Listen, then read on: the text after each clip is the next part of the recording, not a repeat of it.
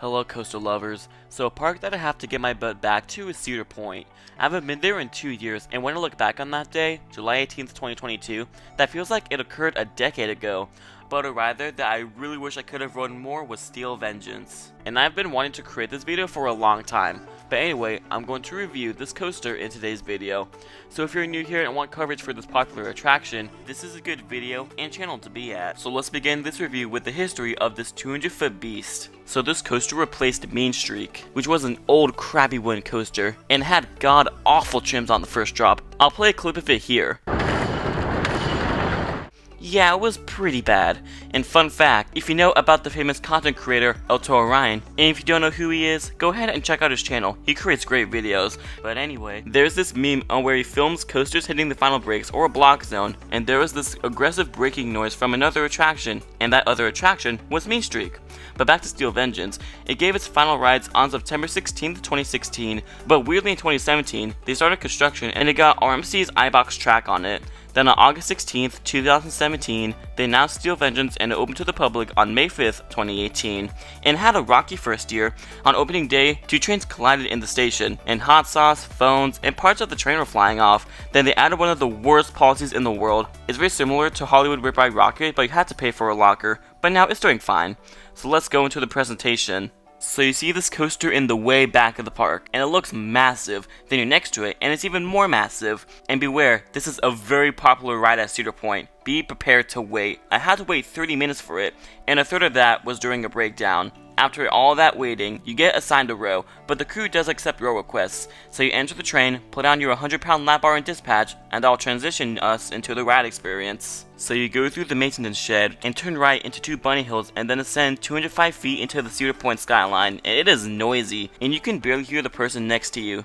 So you crest the top, and get an amazing view if you look towards the right. It's a magical view of the park. So anyway, you dive down 200 feet, and actually when I experienced that drop, I knew I found my new number one.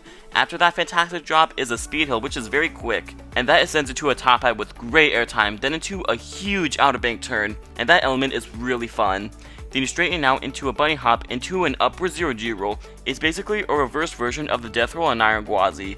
After that is a wave turn into a downward stall. Then afterwards is 3 great pops of airtime into the mid-course brakes. So if you thought the ride was crazy at first, this is half of the ride. So you turn left and dive underneath the structure into a double up and double down.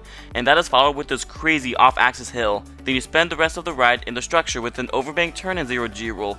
Then you go into 2 back-to-back bunny hops and then back to the structure with the wave turn, 0G roll, overbank, and another off-axis hill. After that is this return trip of many bunny hops into the brake run.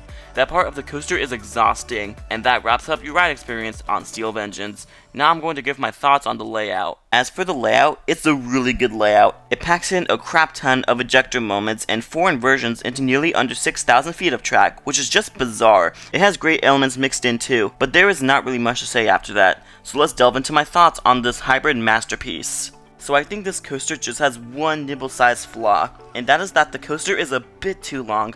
On the final row of bunny hills, it felt like it was trying to break a record, and I'd say that it wasn't uncomfortable, but it wasn't the most comfortable experience. But besides that, I love this coaster. I do feel bad for riding it once though, because I would have easily rode it another time after getting off, but we decided to do some other coasters. But I'll definitely marathon this thing when I come back to Cedar Point. But at least I rode it in one of the best rows, which was row 11, aka the first row in the back car. I could have rode it in the middle, but that didn't happen. I like the restraints too. They're contour around your shins and it snugs on your lap, and it's just a fun time. But I really wish I did it more. If I time traveled back to that day I visited Cedar Point, I would have told myself, you should get back in line for Steve.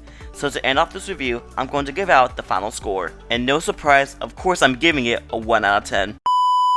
Okay, just kidding. Of course it's a 10 out of 10. It's just a pebble size away from being perfect. It's just the ending bunny hills. It feels like a workout. I highly recommend it if you're at Cedar Point. And if you're an extreme coaster junkie, this needs to be at the top of your bucket list if you have not experienced it yet. So I want to hear from you guys. What are your thoughts on Steel Vengeance if you have or have not ridden it? If you enjoyed this video, make sure to give it a big old thumbs up and subscribe to the channel too. There will be more reviews coming out soon. And make sure to keep the adrenaline pumping, and thanks for watching.